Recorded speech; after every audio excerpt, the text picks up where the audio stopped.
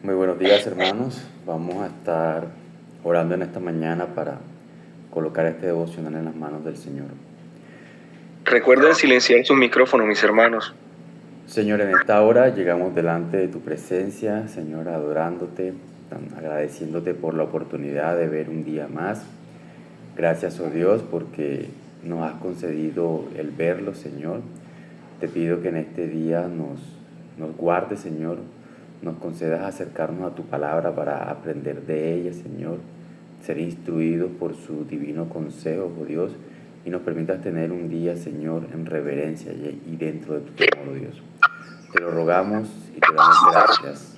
En el nombre de Jesús, amén y amén. Vamos a leer en el capítulo 3 del libro de Éxodo.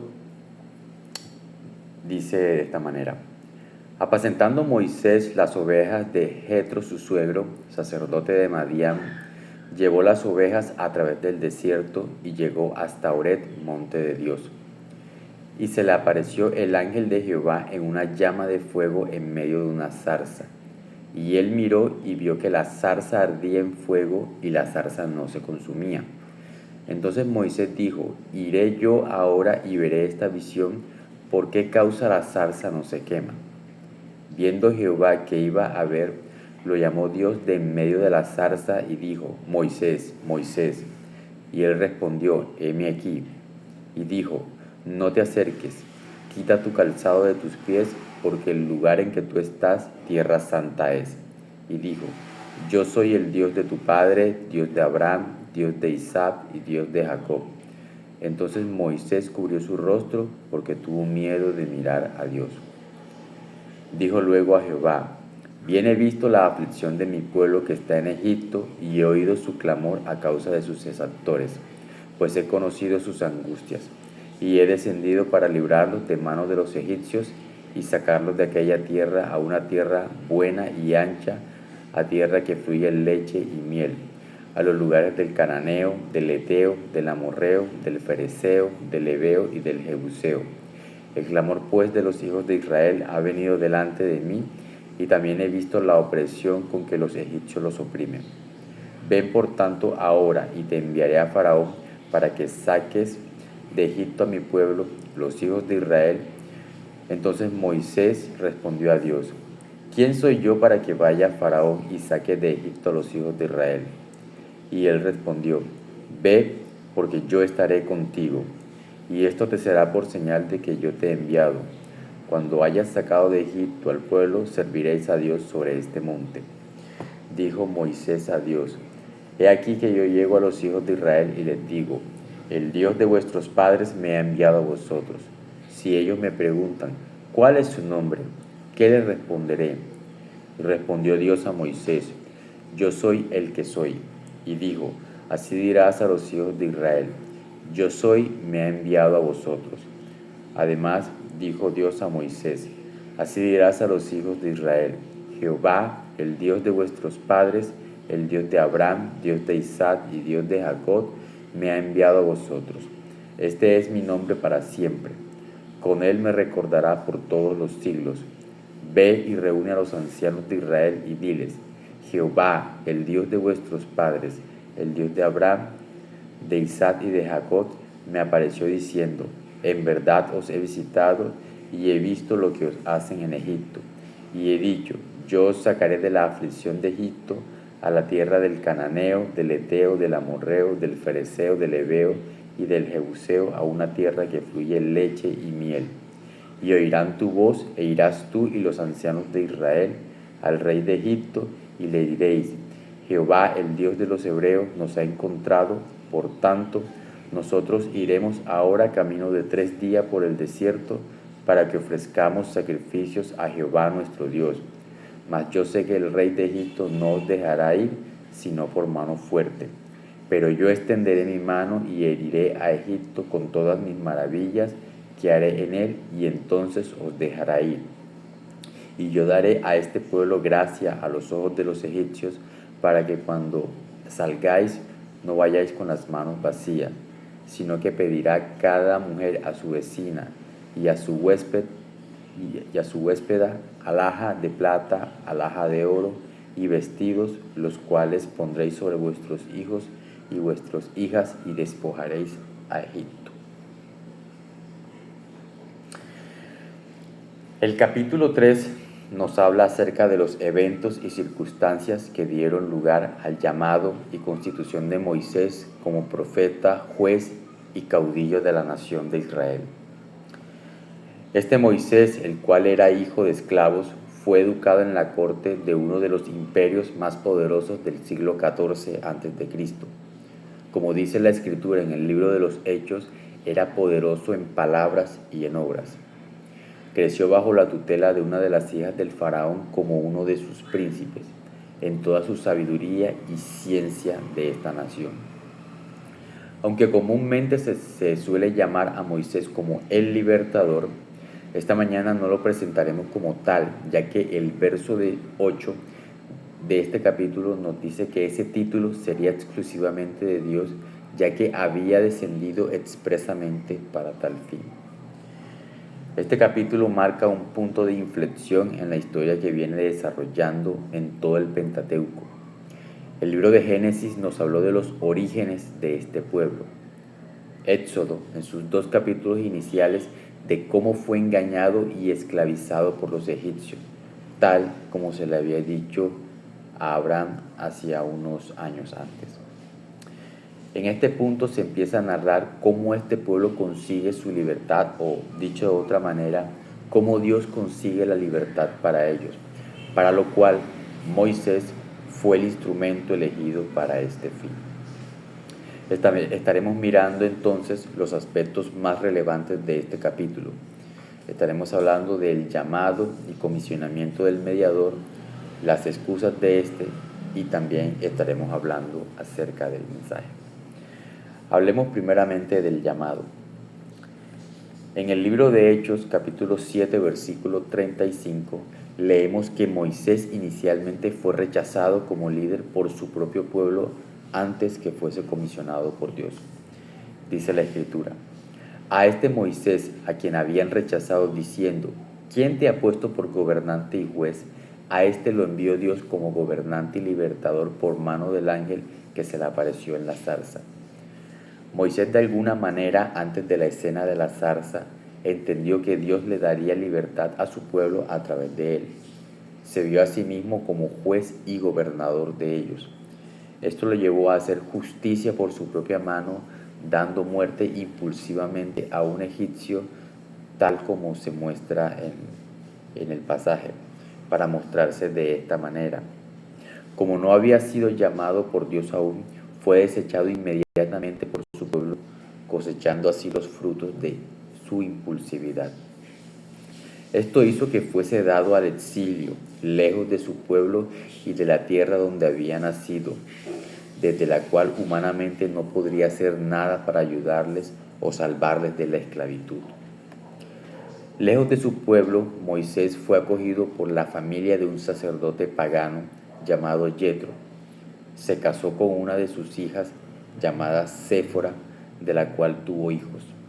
El nombre de su primer hijo, Gersón, probablemente refleja su deseo humano de estar cerca de su pueblo, del cual tuvo que alejarse por su homicidio.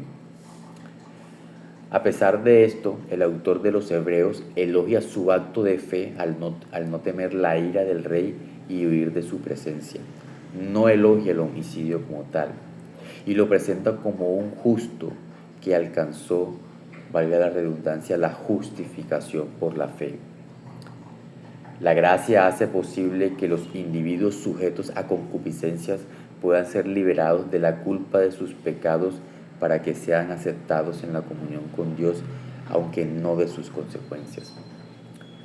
Durante 40 años Moisés se ocupó de un oficio que era despreciado por los egipcios. Génesis 46:34 señala que los pastores de ovejas eran abominación o los repugnaban los egipcios. Todas estas circunstancias permitidas por Dios quizás lo prepararon para la tarea que Dios le delegaría en el futuro. Curiosamente, Moisés pensó que a sus 40 años cuando estaba en la plenitud de su vida y de su carrera, era el momento perfecto para hacer su gran debut como libertador ante el pueblo. Tenía toda la formación y la posición para ellos. Sin embargo, Dios en su sabiduría consideró que era necesario que esperara otros 40 años cuando habían transcurrido ya 2/3 de su vida, cuando ya no tenía esas ventajas ni ninguna carrera para llevar a cabo la tarea a la cual él mismo lo había destinado. Luego de todo esto, se narra en el verso 3 cómo Dios hace su aparición en la vida de Moisés por medio de la visión de la zarza que a pesar de arder no se consumía, un evento sumamente asombroso.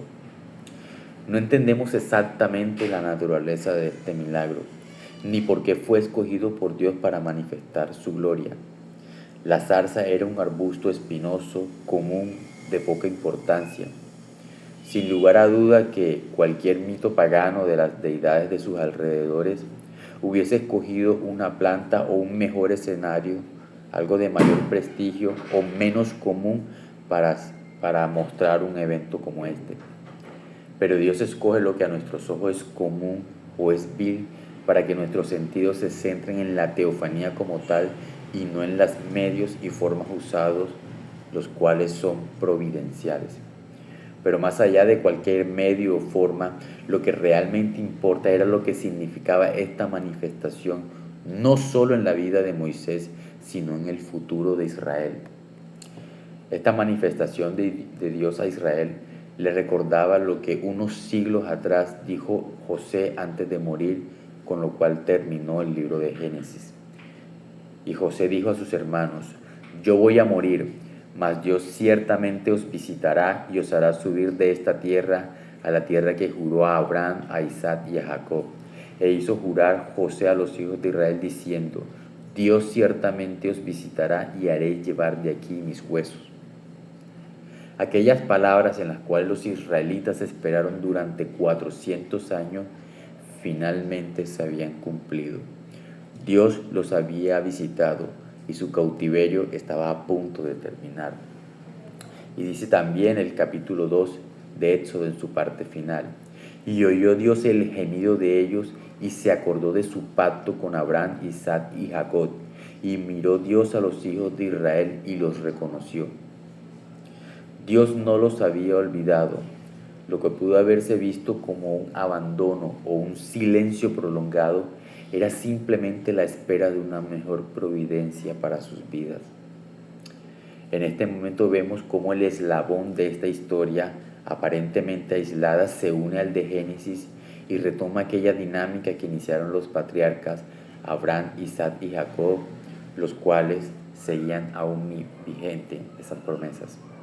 El Señor renueva su intención de hacer de ellos una nación grande y darles en posesión la tierra de Canaán, tal como se lo había prometido a Abraham hace casi 600 años antes. Una promesa que no vio durante su vida y que el autor de Hebreos utiliza para ilustrar la espera abnegada y paciente de la fe. Dice en Hebreos 11:13: conforme a la fe murieron todos estos sin haber recibido lo prometido, sino mirándolo de lejos y creyéndolo y saludándolo y confesando que eran extranjeros y peregrinos sobre la tierra. Pasemos a hablar acerca de las excusas que presentó Moisés en este momento. Luego de que el Señor le ordena a Moisés que vaya ante el faraón y le diga que deje ir al pueblo de Dios, se puede ver en Moisés algo de incredulidad y hasta cierto punto irreverencia. Es por esto que levanta excusas con el fin de eludir el llamado que se le estaba haciendo en este momento.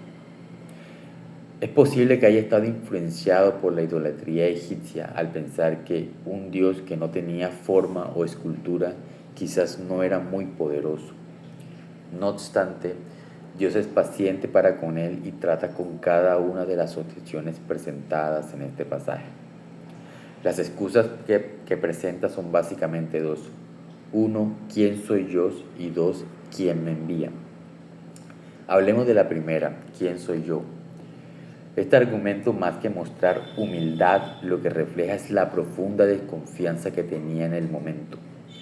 No es que Moisés debía ser alguien de relevancia para esta tarea o que ya lo fuese. Recordemos que toda su antigua gloria había sido olvidada. Había pasado casi una generación desde entonces. Lo que importaba era quién iba con él, y este era el mismo Dios. Probablemente para la mente incrédula de Moisés, los dioses egipcios eran demasiado fuertes e imponentes para ser enfrentados por un Dios sin forma. Incluso el faraón era visto de esta forma. A lo mejor lo vio como una tarea infructuosa y condenada al fracaso. No obstante, la respuesta divina intenta aclarar su mente y acallar su necedad. Ve, porque yo estaré contigo. Versículo 12. Estas palabras debían ser suficientes para disipar los miedos que hubiese en su corazón sin importar quién fuera él.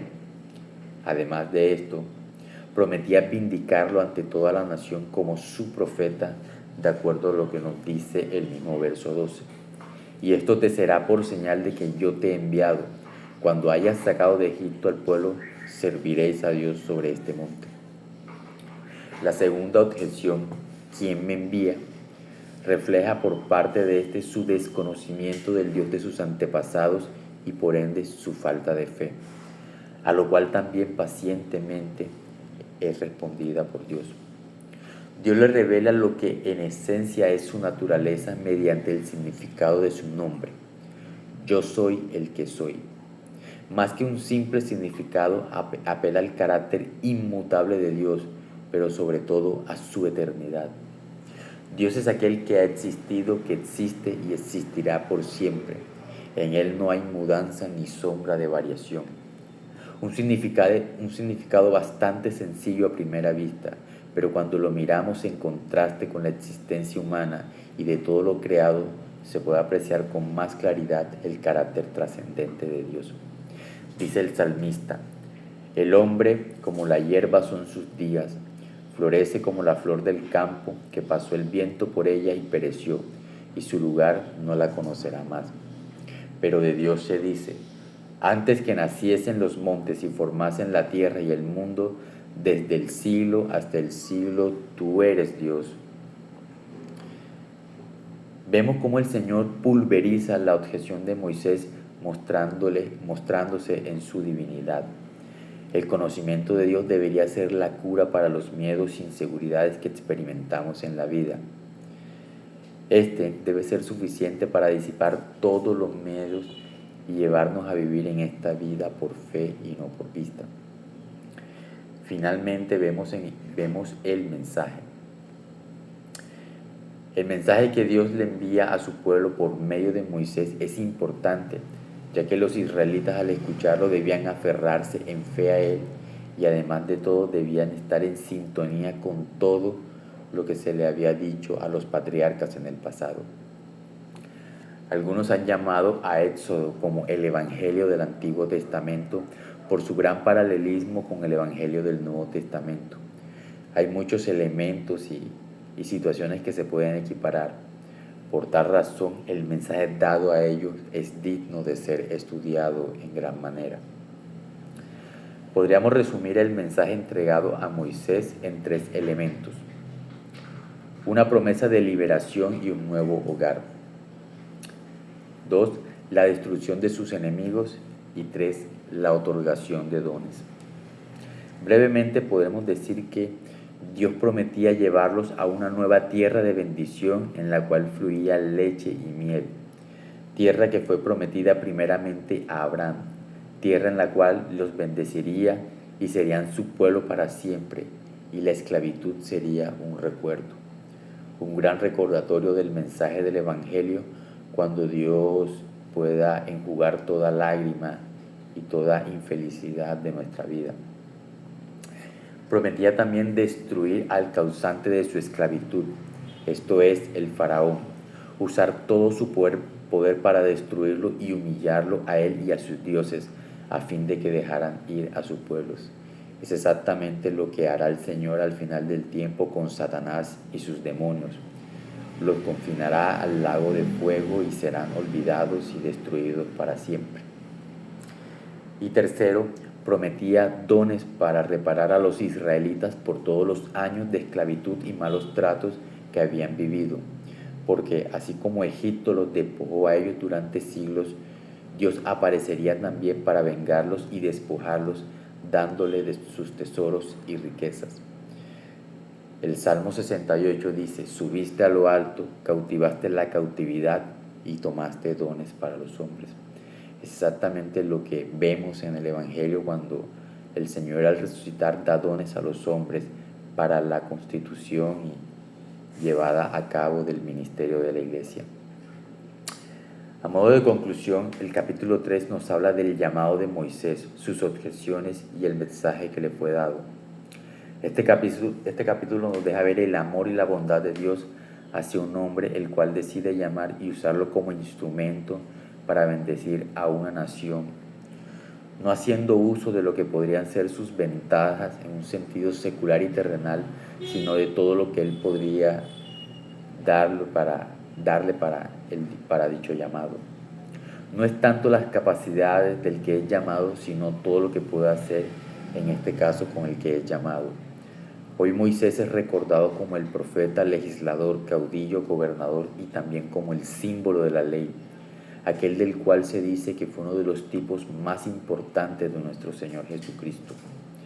Honra que recibió no por ser príncipe de Egipto, sino por ser llamado para el servicio de Dios. Una muestra más de que los tesoros de este mundo palidecen frente a los eternos. Vamos a orar. Señor, te damos gracias una vez más por la claridad de tu palabra, Señor, por esta mañana habernos acercado a ella y porque nos has hablado. Te agradecemos por toda tu bondad, te agradecemos por toda tu misericordia para con nosotros. Gracias por poder meditar en estos ejemplos de fe que nos has dejado para nuestra enseñanza y para nuestra consolación. Permite, oh Dios, que podamos imitar, oh Dios, en todo lo bueno, en este caso a Moisés, oh Dios, y podamos, Señor, creerte en todo momento. Que tú puedas engrandecer, puedas fortalecer nuestra fe, oh Dios, para confiar en ti, en la tarea que nos has entregado durante nuestro peregrinaje en esta vida, Señor. Te damos gracias, Señor, y te pido que nos permitas tener un día, oh Dios, dentro de tu temor y en reverencia a ti, oh Dios. Te damos muchas gracias en el nombre de Jesús. Amén y amén.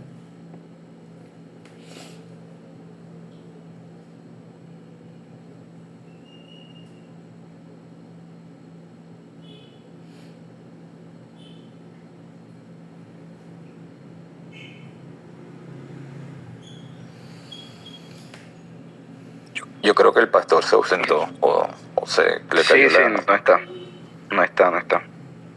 Pero gracias, Arnold, por guiarnos en la mañana de hoy. Listo, mi hermano. Listo. Sí, muchas gracias, Arnold. Muy claro todo, hermano. Listo. Muchas gracias, mi hermano Arnold. Bendiciones. Gracias, mi hermano. Buenos días a todos. Hermano, les Bendiciones. deseo un feliz día. Bendiciones. Bendiciones providenciales para todos.